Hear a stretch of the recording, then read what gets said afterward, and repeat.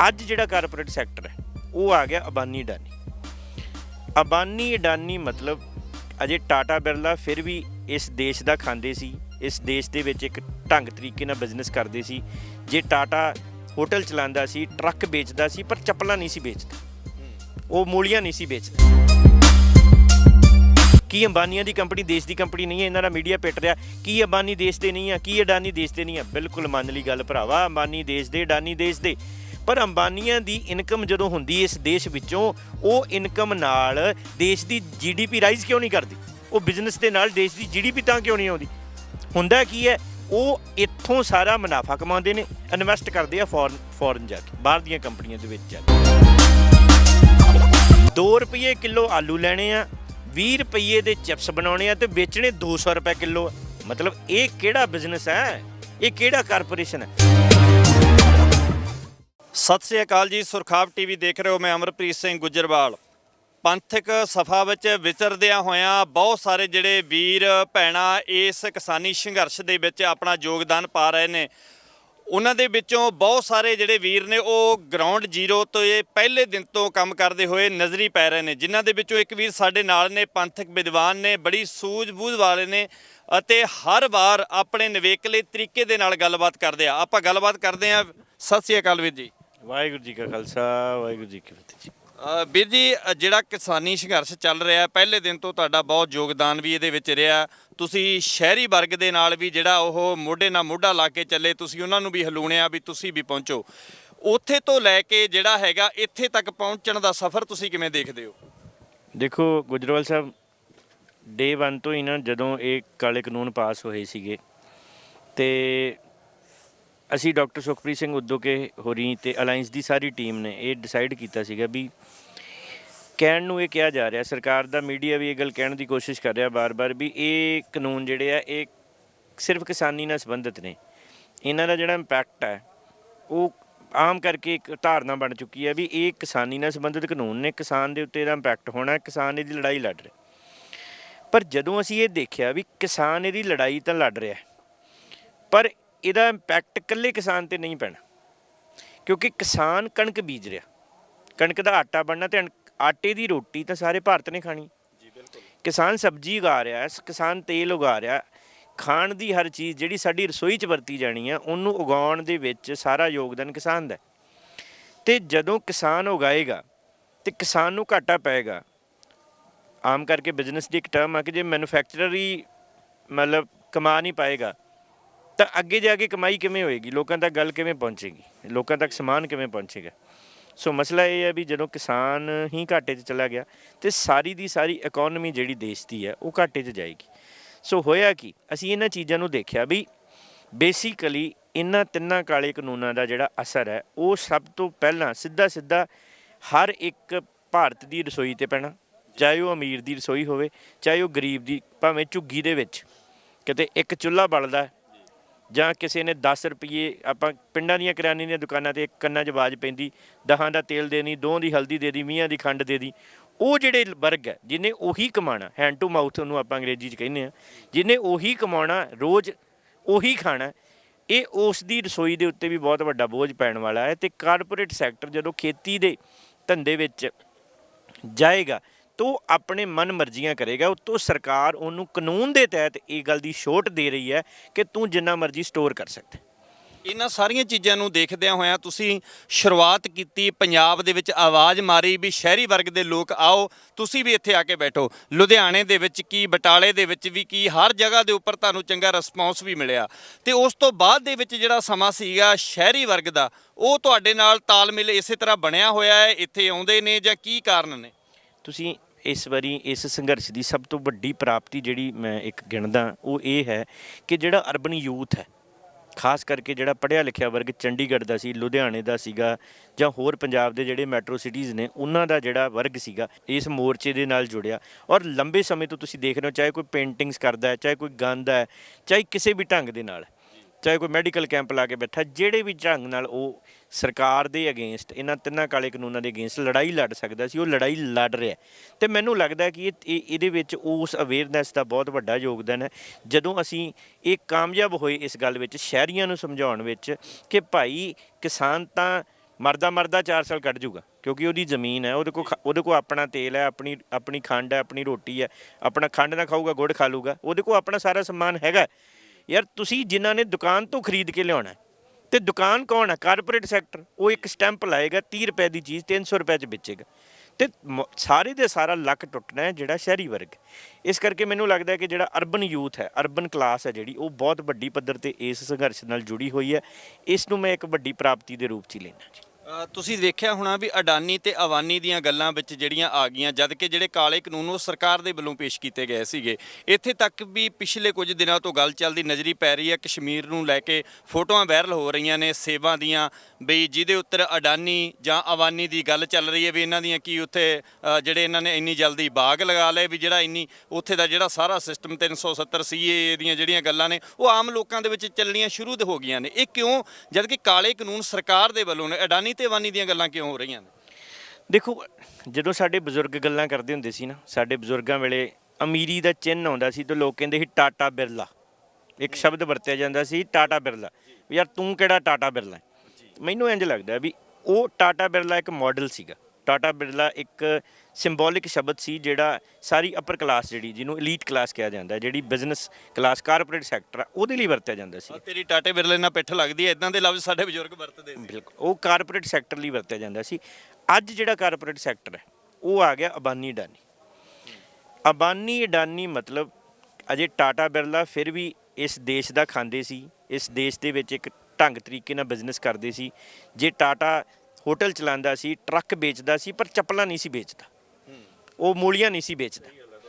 ਅੰਬਾਨੀਆਂ ਨੇ ਆ ਕੇ ਜਦੋਂ ਇਹ ਪ੍ਰਫੁੱਲਿਤ ਹੋਏ ਨੇ, ਇਹਨਾਂ ਨੇ ਜਦੋਂ ਜਿਹੜਾ ਜੂਸ਼ ਦਾ ਮਾਡਲ ਹੈ, ਜਿਹੜਾ ਇਜ਼ਰਾਈਲ ਦਾ ਬਿਜ਼ਨਸ ਮਾਡਲ ਹੈ ਜਾਂ ਅਮਰੀਕਨ ਬਿਜ਼ਨਸ ਮਾਡਲ, ਉਹ ਧੱਕੇ ਨਾਲ ਇੰਡੀਆ 'ਚ ਵਾੜਿਆ ਗਿਆ। ਉਹ ਹੁਣ ਜਦੋਂ ਅਮਰੀਕਾ ਦੀਆਂ ਨੀਤੀਆਂ 'ਤੇ ਚੱਲਦਿਆਂ ਹੋਇਆਂ WTO ਦੇ ਅਕੋਰਡਿੰਗਲੀ ਬਹੁਤ ਸਾਰੀਆਂ ਚੀਜ਼ਾਂ 'ਚ ਬਦਲਾਵ ਦੇਖੇ ਗਏ, ਹੌਲੀ ਹੌਲੀ ਫੋਰਨ ਫੰਡਿੰਗ ਹੋਈ, ਇਹ ਬੰਦੇ ਰਾਈਜ਼ ਕੀਤੇ। ਇਹ ਬੰਦੇ ਹੌਲੀ ਹੌਲੀ ਰਾਈਜ਼ ਕਿੱਦਾਂ ਕੀਤੇ? ਕਿਉਂਕਿ ਇਹਨਾਂ ਬੰਦਿਆਂ ਨੇ ਇੱਕ ਕਾਰਪੋਰੇਟ ਸੈਕਟਰ ਦਾ ਮੂੰਹ ਮਹਾਂਦਰਾ ਬਦਲਿਆ ਔਰ ਬਿਜ਼ਨਸ ਦਾ ਢੰਗ ਬਦਲਿਆ। ਇੱਕ ਪਾਸੇ ਤੇਲ ਵੇਚ ਰਹੇ ਨੇ, ਸਭ ਤੋਂ ਮਹਿੰਗੀ ਦੁਨੀਆ ਦੀ ਚੀਜ਼ ਹੈ, ਕੀਮਤੀ ਚੀਜ਼ ਵੇਚ ਰਹੇ ਨੇ, ਖਰਬਾਂ ਰੁਪਇਆ ਕਮਾ ਰਹੇ ਨੇ, ਤੇ ਨਾਲ ਦੀ ਨਾਲ ਕੀ ਵੇਚ ਰਹੇ ਨੇ? ਮੂਲੀਆਂ ਵੀ ਵੇਚ ਰਹੇ ਨੇ। ਇਹ ਟੈਲੀਕਾਮ ਇੰਡਸਟਰੀ ਦੇ ਵਿੱਚ ਵੀ ਹੈ। ਇਹਨਾਂ ਨੇ ਹੌਲੀ ਹੌਲੀ ਜਦੋਂ ਮੋਦੀ ਦੀ ਪਹਿਲੀ ਇਲੈਕਸ਼ਨ ਦੇ ਉੱਤੇ 5000 ਕਰੋੜ ਦੇ ਕਰੀਬ ਖਰਚਾ ਕੀਤਾ, ਇਹਨਾਂ ਅਡਾਨੀਆਂ ਦੇ ਜਹਾਜ਼ਾਂ 'ਤੇ ਮੋਦੀ ਟਰੈਵਲ ਕਰਦਾ ਰਿਹਾ। ਜੇ ਤੁਸੀਂ ਚੌਪਰਾਂ ਦੀਆਂ ਉਸ ਵੇਲੇ ਦੀਆਂ ਫੋਟੋਆਂ ਦੇਖੋ ਤੇ ਉਹਨਾਂ ਚੌਪਰਾਂ ਦੇ ਨੰਬਰ ਕਢਾਓ, ਪਤਾ ਲੱਗੇਗਾ ਰਜਿਸਟ੍ਰੇਸ਼ਨ ਕਿਹਦੇ ਨਾਂ 'ਤੇ। ਉਹ ਅਡਾਨੀ ਦੇ ਜਹਾਜ਼ਾਂ ਦੇ ਉੱਤੇ ਰੈਲੀਆਂ ਕਰਦਾ ਰਿਹਾ, ਤੇ ਉਸ ਵੇਲੇ ਮੋਦੀ ਨੂੰ ਸਪੋਰਟ ਕਰਕੇ ਇਹਨਾਂ ਨੇ ਗੁਜਰਾਤੀਆਂ ਦਾ ਇੱਕ ਸਾਈਕੀ ਸੀਗੀ ਜਿਹੜੀ ਬਿਜ਼ਨਸ ਦੀ, ਕਿ ਜੇ ਮੋਦੀ ਪ੍ਰਧਾਨ ਮੰਤਰੀ ਬਣੇਗਾ ਤੇ ਓਬਵੀਅਸਲੀ ਅੱਜ ਅਸੀਂ 5000 ਕਰੋੜ ਖਰਚ ਰਹੇ ਹਾਂ ਤੇ ਸਾਨੂੰ ਕੱਲ੍ਹ ਨੂੰ 5 ਲੱਖ ਨਹੀਂ 5 ਕਰੋੜ ਦੇ ਹਿਸਾਬ ਨਾਲ ਅੱਗੇ ਕਰੋੜਾਂ ਦਾ ਕਰੋੜ ਸਾਨੂੰ ਜਿਹੜੇ ਉਹ ਮਿਲਣੇ। ਸੋ ਇਹਨਾਂ ਨੇ ਉਹ ਬਿਜ਼ਨਸ ਵਾਂਗ ਇਨਵੈਸਟਮੈਂਟ ਕੀਤੀ ਮੋਦੀ ਦੇ ਉੱਤੇ। ਤੇ ਹੁਣ ਜਦੋਂ ਮੋਦੀ ਪ੍ਰਧਾਨ ਮੰਤਰੀ ਬਣਦਾ, ਤੇ ਮੋਦੀ ਜਦੋਂ ਪ੍ਰਧਾਨ ਮੰਤਰੀ ਬਣਦਾ ਤੇ ਮੋਦੀ ਦੇ ਪ੍ਰਧਾਨ ਮੰਤਰੀ ਬਣਨ ਤੋਂ ਬਾਅਦ ਸਾਰਾ ਦਾ ਸਾਰਾ ਫਾਇਦਾ ਅਡਾਨੀ ਅੰਬਾਨੀਆਂ ਨੂੰ ਹੋ ਰਿਹਾ। ਮੈਂ ਤੁਹਾਨੂੰ ਇੱਕ ਛੋਟਾ ਜਿਹਾ ਫੈਕਟ ਮੈਂ ਕੱਲ੍ਹ ਵੀ ਕਿਸੇ TV ਚੈਨਲ ਨਾਲ ਸ਼ੇਅਰ ਕਰ ਰਿਹਾ ਸੀਗਾ। ਤੁਸੀਂ ਧਿਆਨ ਨਾਲ ਸਮਝੋ, ਕਰੋਨਾ ਕਾਲ ਦੇ ਵਿੱਚ ਦੇਸ਼ ਦੀ GDP ਜ਼ੀਰੋ ਕੀ ਮਾਈਨਸ ਚਲ ਜਾਂਦੀ ਹੈ, ਦੇਸ਼ ਦੀ ਆਰਥਿਕਤਾ ਉੱਜੜ ਜਾਂਦੀ ਹੈ। ਕੱਲੀ ਅੰਬਾਨੀਆਂ ਦੀ ਕੰਪਨੀ ਦਾ ਸ਼ੇਅਰ ਜਿਹੜਾ ਉਹ 200 300 ਨਹੀਂ ਹਜ਼ਾਰਾਂ ਗੁਣਾ ਵੱਧ ਜਾਂਦਾ, ਉਹ ਬਹੁਤ ਜ਼ਿਆਦਾ ਅਪ ਹੁੰਦਾ।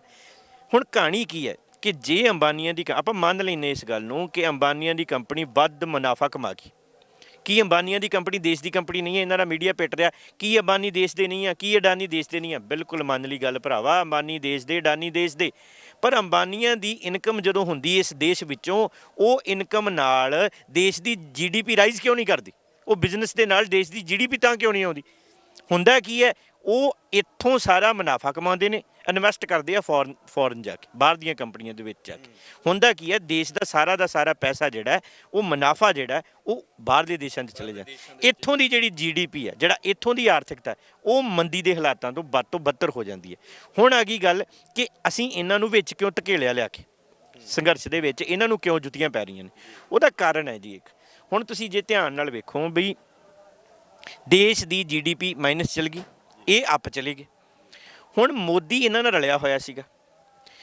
ਸਭ ਤੋਂ ਵੱਡੀ ਗੱਲ ਸਮਝਣ ਵਾਲੀ ਹੈ ਕਿ ਜਿਹੜਾ ਕਿਸਾਨ ਦੇਸ਼ ਦੀ GDP ਦਾ ਆਖਰੀ ਸਹਾਰਾ ਸੀਗਾ, ਬਿਜ਼ਨਸ ਦੇ ਵਿੱਚੋਂ ਤਾਂ ਤੁਹਾਨੂੰ ਸਮਝ ਲੱਗ ਗਈ ਨਾ ਗੱਲ ਦੀ, ਅੰਬਾਨੀ ਅਡਾਨੀ ਜਾਂ ਕੋਈ ਵੀ ਹੋਵੇ ਵੀ ਉਹਨਾਂ ਨੇ ਹੁਣ ਗੱਲ ਆ ਗਈ ਅੱਗੇ ਮੂਲੀਆਂ ਦੀ ਸਬਜ਼ੀਆਂ ਦੀ। ਹੁਣ ਬਚਿਆ ਕੀ ਪਿੱਛੇ? ਦੇਸ਼ ਦੀ ਜੀਡੀਪੀ ਜੇ ਮਾਈਨਸ ਵਿੱਚ ਮਾੜੀ ਮੋਟੀ ਆਰਥਿਕਤਾ ਚੱਲ ਰਹੀ ਹੈ ਤੇ ਉਹ ਚੱਲ ਰਹੀ ਸੀ ਕਿਸਾਨ ਦੇ ਆਸਰੇ, ਕਿਉਂਕਿ ਤਕਰੀਬਨ 70% ਆਬਾਦੀ ਜਿਹੜੀ ਦੇਸ਼ ਦੀ ਹੈ ਉਹ ਕਿਸਾਨੀ ਤੇ ਡਿਪੈਂਡੈਂਟ ਹੈ। ਇਹਨੇ ਸੋਚਿਆ ਇਸ ਕਾਲੇ ਕਾਨੂੰਨਾਂ ਨੂੰ ਲਿਆਉਣ ਦਾ ਜਿਹੜਾ ਬੇਸਿਕ ਕਾਰਨ ਪੰਜਾਬੀ 'ਚ ਸਮਝਾਵਾਂ, ਜਿਹੜੀ ਲੋਕੀ ਪੁੱਛੀ ਜਾਂਦੇ ਵੀ ਇਹ ਲਿਆਉਣ ਦੀ ਜ਼ਰੂਰਤ ਕੀ ਆ। ਕਿਸਾਨ ਚਾਹੁੰਦਾ ਮੈਨੂੰ ਨਹੀਂ ਚਾਹੀਦਾ, ਇਹ ਕਹਿੰਦੇ ਕਿਸਾਨ ਨੂੰ ਕਰੋੜਪਤੀ ਬਣਾਉਣਾ। ਕਿਸਾਨ ਚਾਹੁੰਦਾ ਨਹੀਂ ਹੈ, ਇਹ ਲੈ ਕੇ ਕਿਉਂ ਆਈ? ਹੁਣ ਗੱਲ ਧਿਆਨ ਨਾਲ ਸਮਝਿਓ। ਬਿਜ਼ਨਸ ਦਾ ਕਰਕੇ, ਅੰਬਾਨੀਆਂ ਅਡਾਨੀਆਂ ਦਾ ਕਰਕੇ ਦੇਸ਼ ਦੀ ਹਾਲਤ ਕੰਗਾਲੀ ਤੋਂ ਵੱਧ ਤੋਂ ਬੱਤਰ ਹੋ ਚੁੱਕੀ ਸੀ। ਆਖਰੀ ਜੀਡੀਪੀ ਨੂੰ ਬਚਾਉਣ ਦੀ ਰੀੜ੍ਹ ਦੀ ਹੱਡੀ ਸੀ ਕਿਸਾਨੀ। ਮੋਦੀ ਨੇ ਕਿਸਾਨੀ ਨੂੰ ਵੀ ਅੰਬਾਨੀਆਂ ਅਡਾਨੀਆਂ ਦੀ ਗੁਲਾਮ ਬਣਾ ਕੇ ਉਹ ਆਖਰੀ ਜਿਹੜਾ ਥੋੜ੍ਹਾ ਬਹੁਤਾ ਦੇਸ਼ ਦੀ ਆਰਥਿਕਤਾ ਬਚੀ ਸੀ ਉਹ ਵੀ ਖਤਮ ਕਰਕੇ ਤੇ ਦੇਸ਼ ਨੂੰ ਬਿਲਕੁਲ ਇੱਕ ਡੂੰਘੀ ਖੱਡ 'ਚ ਸਿੱਟਣਾ ਸੀਗਾ। ਇਹ ਸੀਗਾ ਦੇਸ਼ ਦਾ ਪਲਾਨ। ਹੁਣ ਮੈਨੂੰ ਦੱਸ ਦਿਓ, ਦੇਸ਼ ਭਗਤ ਕੌਣ ਹੈ ਤੇ ਦੇਸ਼ ਧਰੋਹੀ ਕੌਣ ਹੈ ਤੇ ਅੱਤਵਾਦੀ ਕੌਣ ਹੈ ਤੇ ਖਾਲਿਸਤਾਨੀ ਕੌਣ ਹੈ? ਕਾਂਗਰਸ ਲੰਮਾ ਸਮਾਂ ਸੱਤਾ ਦੇ ਵਿੱਚ ਰਹੀ ਹੈ। ਮਨਮੋਹਨ ਸਿੰਘ ਜੀ ਪ੍ਰਧਾਨ ਮੰਤਰੀ ਰਹੇ ਨੇ। ਅਡਾਨੀ ਤੇ ਅਵਾਨੀ ਜਿਹੜੇ ਸੀ ਉਦੋਂ ਵੀ ਜਿਹੜੇ ਅੱਪ ਕਰ ਰਹੇ ਹੁੰਦੇ ਸੀਗੇ, ਪਰ ਕੀ ਉਹਨਾਂ ਨੇ ਕਾਂਗਰਸ ਨੂੰ ਨਹੀਂ ਇਸ ਸੱਤਾ ਦੇ ਵਿੱਚ ਰਹਿੰਦਿਆਂ ਹੋਇਆਂ ਆਪਣੇ ਕਲਾਵੇ ਵਿੱਚ ਲੈਣ ਦਾ, ਕਹਿਣ ਤੋਂ ਭਾਵ ਆਪਣੇ ਕਬਜ਼ੇ ਦੇ ਵਿੱਚ ਕਰਨ ਦਾ ਯਤਨ ਕੀਤਾ ਗਿਆ ਅਡਾਨੀ ਅਤੇ ਅਵਾਨੀਆਂ ਵੱਲੋਂ? ਵੀਰੇ ਦੇਖੋ ਕੀ ਹੁੰਦਾ ਵਾ, ਡਾਕਟਰ ਮਨਮੋਹਨ ਸਿੰਘ ਆਪ ਅਰਥ ਸ਼ਾਸਤਰੀ ਨੇ। ਉਸ ਵੇਲੇ ਜਦੋਂ ਰਿਸੈਸ਼ਨ ਪੂਰੀ ਦੁਨੀਆ ਵਿੱਚ ਆਇਆ, ਉਸ ਵੇਲੇ ਰਿਸੈਸ਼ਨ ਭਾਰਤ 'ਚ ਨਹੀਂ ਆਇਆ, ਇਸ ਪੱਧਰ ਦਾ ਨਹੀਂ ਆਇਆ ਕਿ ਦੇਸ਼ ਜਿਹੜਾ ਉਹ ਕੰਗਾਲੀ ਦੀ ਹਾਲਤ 'ਤੇ ਚਲੇ ਜੇ, ਕਿਉਂਕਿ ਉਹ ਅਰਥ ਸ਼ਾਸਤਰੀ ਸੀਗੇ, ਉਹ ਇਕਨੋਮਿਕਲ ਸਿਸਟਮ ਨੂੰ ਸਮਝਦੇ ਸੀਗੇ। ਉਹਨੇ ਇਕੋਨਮੀ ਦੀਆਂ ਨੀਤੀਆਂ ਤੈਅ ਕੀਤੀਆਂ ਜਿਹਦੇ ਨਾਲ ਕਿਸਾਨੀ ਨੂੰ ਵੀ ਬੜਾਵਾ ਮਿਲਿਆ। ਪਰ ਕਿਉਂਕਿ ਵੇਖੋ ਬਿਜ਼ਨਸ ਵਧੇਗਾ, ਕਾਰਪੋਰੇਟ ਸੈਕਟਰ ਨਾਲ ਸਾਡੀ ਦੁਸ਼ਮਣੀ ਨਹੀਂ ਹੈ। ਸਾਡੀ ਅੰਬਾਨੀਆਂ ਅਡਾਨੀਆਂ ਨੇ ਕਿਉਂ ਹੈ ਕਿ ਜਦੋਂ ਕਾਰਪੋਰੇਟ ਸੈਕਟਰ ਸਿਰਫ ਇੱਕ ਕੰਪਨੀ ਦਾ ਹੋਵੇ, ਮਾਰਕੀਟ ਦੇ ਵਿੱਚ ਤੁਹਾਡਾ ਕੰਪੀਟੀਸ਼ਨ ਹੀ ਨਾ ਹੋਵੇ ਤਾਂ ਮਨਮਰਜ਼ੀ ਕਰੋਗੇ ਤੁਸੀਂ। ਮੁਨਾਫਾ ਇੱਥੇ ਕਰਨਾ ਤੇ ਜਿਹੜਾ ਇਨਵੈਸਟ ਉਧਰ ਜਾ ਕੇ ਕਰਨਾ। ਇੱਕ ਕਾਰਨ ਇਹ ਹੋ ਗਿਆ ਕਿ ਮੁਨਾਫਾ ਇੱਥੋਂ ਕਰਨਾ, ਇਨਵੈਸਟ ਬਾਹਰ ਕਰਨਾ। ਦੂਜੀ ਗੱਲ ਇਹ ਕਿ ਪਹਿਲਾਂ 10 ਕੰਪਨੀਆਂ ਟੈਲੀਕਾਮ ਸੀਗੀਆਂ, 10 ਸਿੰਮਾਂ ਦੀ ਆਪਣੇ ਕੋਲ ਚੋਇਸ ਸੀਗੀ ਤੇ ਹਰ ਇੱਕ ਕੰਪਨੀ ਗਾਹਕ ਨੂੰ ਫਾਇਦਾ ਦੇ ਰਹੀ ਸੀ। ਤੇ ਜੇ ਹੁਣ ਕੱਲੀ ਮਾਰਕੀਟ 'ਚ ਰਹਿਣੀ ਜੀਓ ਆ, ਪਹਿਲਾਂ ਕਹਿੰਦੇ ਮੁਫਤ, ਫਿਰ 200 ਦਾ, ਫਿਰ 400 ਦਾ, ਹੁਣ 600 ਦਾ, ਆਉਣ ਵਾਲੇ ਸਮੇਂ 'ਚ 1200 ਦਾ ਹੋਣ ਵਾਲਾ।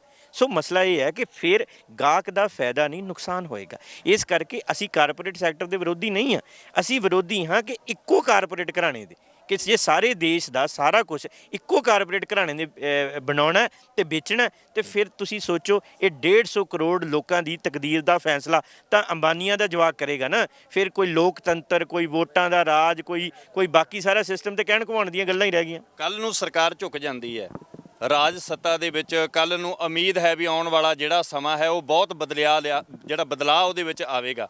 ਫਿਰ ਅਡਾਨੀ ਅਵਾਨੀਆਂ ਦਾ ਯੋਗਦਾਨ ਕੀ ਦੇਖਦੇ ਹੋ ਤੁਸੀਂ ਅੱਗੇ ਚੱਲ ਕੇ? ਵੀ ਇਹ ਸਿਸਟਮ ਇਦਾਂ ਹੀ ਚੱਲਦਾ ਰਹੇਗਾ, ਉਹ ਜਿਹੜੇ ਸਾਡੇ ਸਿਰਾਂ ਦੇ ਉੱਪਰ ਇਸੇ ਤਰ੍ਹਾਂ ਹੀ ਬੈਠੇ ਰਹਿਣਗੇ?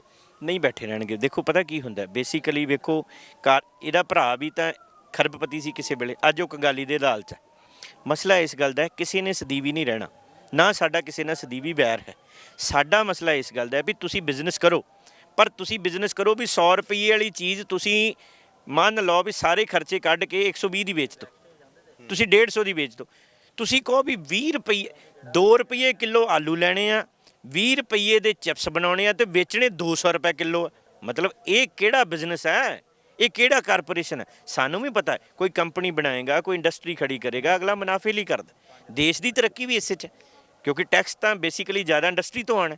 ਹੁਣ ਮਸਲਾ ਇਸ ਗੱਲ ਦਾ, ਰੋਣਾ ਇਸ ਗੱਲ ਦਾ ਕਿ ਜੇ ਇਹ ਸਾਰਾ ਕੁਝ ਇੱਕ ਹੱਥ 'ਚ ਹੋਏਗਾ, ਇੱਕੋ ਪਰਿਵਾਰ ਕੋ ਹੋਏਗਾ, ਇੱਕੋ ਪਰਿਵਾਰ ਦੀ ਮੋਨੋਪੋਲੀ ਹੋਏਗੀ, ਉਹ ਸਾਰੇ ਦੇਸ਼ ਦੇ ਸਾਰੇ ਬਿਜ਼ਨਸਮੈਨ ਨੂੰ, ਸਮਾਲ ਸਕੇਲ ਇੰਡਸਟਰੀ ਨੂੰ ਤੇ ਪਲੱਸ ਰੇਹੜੀ ਵਾਲੇ ਨੂੰ ਤੇ ਛੋਟੇ ਕਾਰੋਬਾਰੀ ਨੂੰ ਖਾ ਜਾਏਗੀ, ਜੋ ਹੋਣ ਜਾ ਰਿਹਾ ਇਹਨਾਂ ਬਿੱਲਾਂ ਦੇ ਰਾਹੀਂ। ਇਸੇ ਕਰਕੇ ਅਸੀਂ ਪੰਜਾਬ ਦੇ ਸ਼ਹਿਰੀਆਂ ਨੂੰ ਇਹ ਗੱਲ ਸਮਝਾਉਣ ਦੀ ਕੋਸ਼ਿਸ਼ ਕੀਤੀ ਸੀ ਵੀ ਭਾਈ ਲੋਕੋ, ਨਾ ਰੇਹੜੀ ਬਚਣੀ ਹੈ ਕਿਉਂਕਿ ਸ਼ਾਪਿੰਗ ਮਾਲ ਆ ਜਾਣੇ, ਨਾ ਛੋਟਾ ਦੁਕਾਨਦਾਰ ਬਚਣਾ। ਹੋਏਗਾ ਕੀ ਫਿਰ? ਇੱਕੋ ਘਰਾਣਾ, ਮੰਨ ਲਓ ਅੰਬਾਨੀਆਂ ਦਾ ਹੋਵੇ, ਅਡਾਨੀਆਂ ਦਾ ਹੋਵੇ, ਪੰਜਾਂ ਦਾ ਹੋਵੇ, ਉਹ ਇੱਕੋ ਘਰਾਣਾ ਆਪਣੇ ਸ਼ਾਪਿੰਗ ਮਾਲ ਵਿੱਚ ਆਪਣੀ ਮਨਪਸੰਦ ਦੀ 20 ਰੁਪਏ ਕਿਲੋ ਆਟਾ 200 ਰੁਪਏ ਕਿਲੋ ਵੇਚੇਗਾ। ਜੇ ਤੁਸੀਂ ਇਹ ਖਾਣ ਲਈ ਤਿਆਰ ਹੋ ਤਾਂ ਕਿਸਾਨ ਦੇ ਨਾਲ ਆਉਣ ਦੀ ਜ਼ਰੂਰਤ ਨਹੀਂ ਹੈ, ਫਿਰ ਤੁਸੀਂ ਅੰਬਾਨੀਆਂ ਨੂੰ ਵੇਚੀ ਜਾਓ, ਕੋਈ ਚੱਕਰ ਨਹੀਂ ਹੈਗਾ।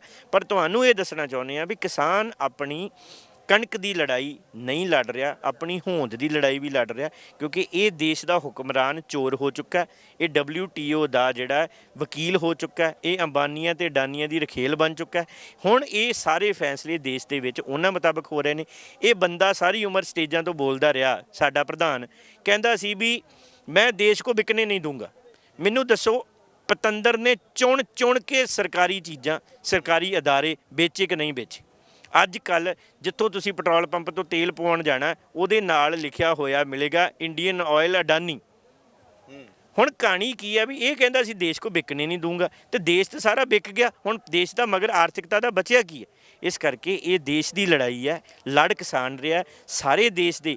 ਜਿਹੜਾ ਬੰਦਾ ਰੋਟੀ ਖਾਂਦਾ, ਜਿਹੜਾ ਬੰਦੇ ਕੋਲ ਕਿਚਨ ਹੈਗੀ ਹੈ, ਜਿਹੜੇ ਬੰਦੇ ਦੀ ਰਸੋਈ ਹੈ, ਉਹਦਾ ਫਰਜ਼ ਬਣਦਾ ਹੈ ਕਿ ਕਿਸਾਨ ਦਾ ਸਾਥ ਦੇਵੇ, ਕਿਸਾਨ ਦੇ ਨਾਲ ਬੈਠੇ। ਇਸ ਅੰਦੋਲਨ ਦੇ ਵਿੱਚ ਇਹ ਜਿਹੜੀਆਂ ਚੜੇਲਾਂ ਇਸ ਭਾਰਤ ਨੂੰ ਚਿੰਬੜੀਆਂ ਹੋਈਆਂ ਨੇ, ਜਾਂ ਇਹ ਆਪਣੀ ਮਨਮਰਜ਼ੀ ਦੇ ਫੈਸਲੇ ਕਰਵਾ ਰਹੀਆਂ ਇੱਥੇ, ਉਹਨਾਂ ਨੂੰ ਗਲੋਂ ਲਾਓ। ਨਹੀਂ ਤਾਂ ਗੋਰਿਆਂ ਦੀ ਗੁਲਾਮੀ ਤਾਂ 1947 'ਚ ਸਿੱਖਾਂ ਨੇ ਕੁਰਬਾਨੀਆਂ ਕਰਕੇ ਲਾ ਲਈ ਸੀ। ਇਹ ਜਿਹੜੇ ਅੰਗਰੇਜ਼ ਹੁਣ ਇੰਡਸਟਰੀ ਦੇ ਸਿਸਟਮ 'ਚ ਬਿਜ਼ਨਸ ਕਰਨ ਲਈ ਆਉਣਗੇ, ਇਹਨਾਂ ਦੀ ਗੁਲਾਮੀ ਸਦੀਆਂ ਤੱਕ ਤੁਹਾਡੇ ਤੋਂ ਲੈਣੀ ਨਹੀਂ ਹੈ। ਸਾਰੀ ਉਮਰ ਇਹਨਾਂ ਦੇ ਕਰਜ਼ੇ ਦੇਂਦੇ ਮਰ ਜਾਓਗੇ।